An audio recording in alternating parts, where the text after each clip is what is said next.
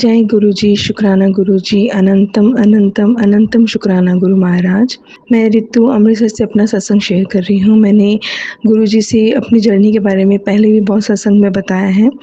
तो गुरु जी कहते हैं कि शुरू से शुरू करो, तो मैं गुरु जी से पिछले साल ही जुड़ी हूँ मेरी फ्रेंड के थ्रू। तो मैं उसको भी कहती हूँ कि तेरी वजह से मैं जो हूँ गुरु जी के साथ जुड़ी हूँ। ये तेरा सबसे अच्छा तूने एक काम किया है मेरी ज़िंदगी में। तो ये मेरा शुक्राना सत्संग है गुरु जी के लिए।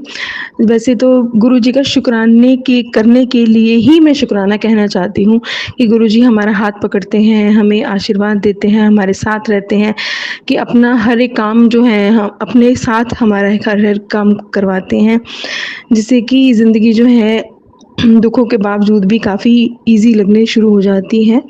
तो गुरु महाराज जी का मैं शुक्राना सत्संग ये था संगत जी कि गुरु जी ना बहुत मुझे जैसे इनवाइट्स आते रहते हैं सत्संग के, तो ग्रुप में था कि किसी के सत्संग है, तो मैं नहीं जा पाती थी। मैंने 1-2 अटेंड किया है, मैं नहीं जा पाती थी, कभी कुछ है, कभी कुछ है। तो मैं गुरु जी से जैसे मैंने पक्का कर लेना कि मैंने जाना है, जब मैंने नहीं जाना तो गुरु जी का मैसेज आ जाता था कि मैं तैਨੂੰ मतलब सत्संग विच आने ਲਈ कहना हाँ तो तू नहीं आती है। तो मेरे को शर्म भी आती थी कि गुरु जी मतलब इतना मुझे बुलाते हैं, नहीं तो उनकी मर्ज़ी के बिना संगत जी आप जा नहीं सकते। मुझे था कि मुझे गुरु जी बुलाते भी हैं तब भी मैं नहीं जाती हूँ। तो अभी मुझे रिसेंट ही एक सत्संग पे जाने के लिए सौभाग्य प्राप्त हुआ।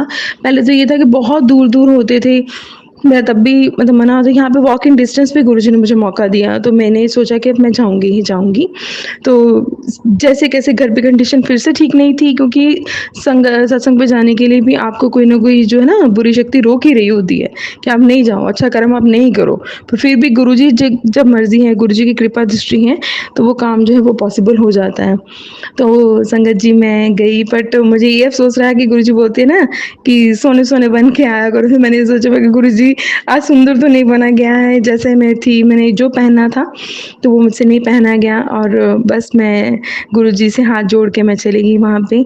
और बिल्कुल वॉकिंग डिस्टेंस पे था, सब कुछ खराब होने के बावजूद भी मैं वहाँ पे पहुँच गई। तो वहाँ पे मैंने दर्शन किए, गुरुजी का बहुत सुंदर दरबार था, बहुत सुंदर बानी चल रही थी, सत्संग हो रहा था। तो वहाँ पे मुझे 1-2 जने मेरे नोन्स भी वहाँ पे मुझे दिखे।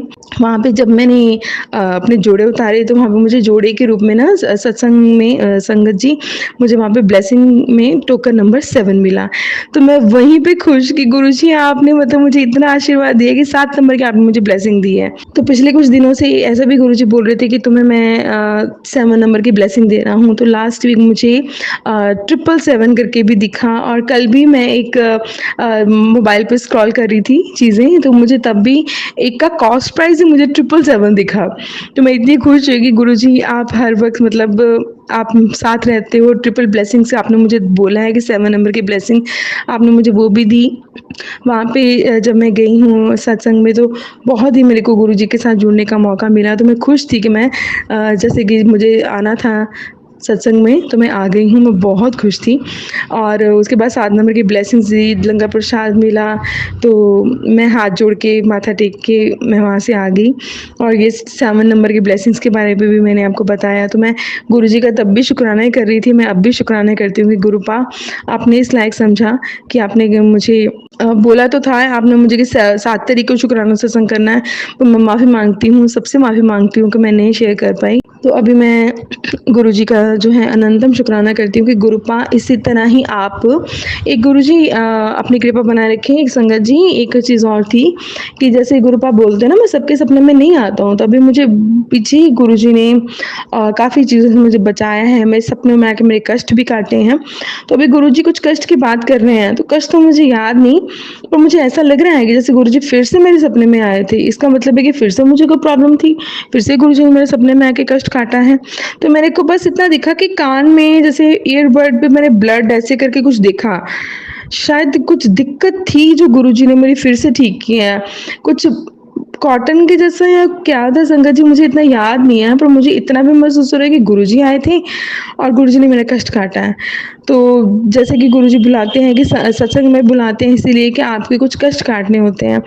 तो बस और क्या चाहिए कि वो हमें माफ़ करते रहें, हमारे कष्ट काटते रहें, हमारा साथ दें।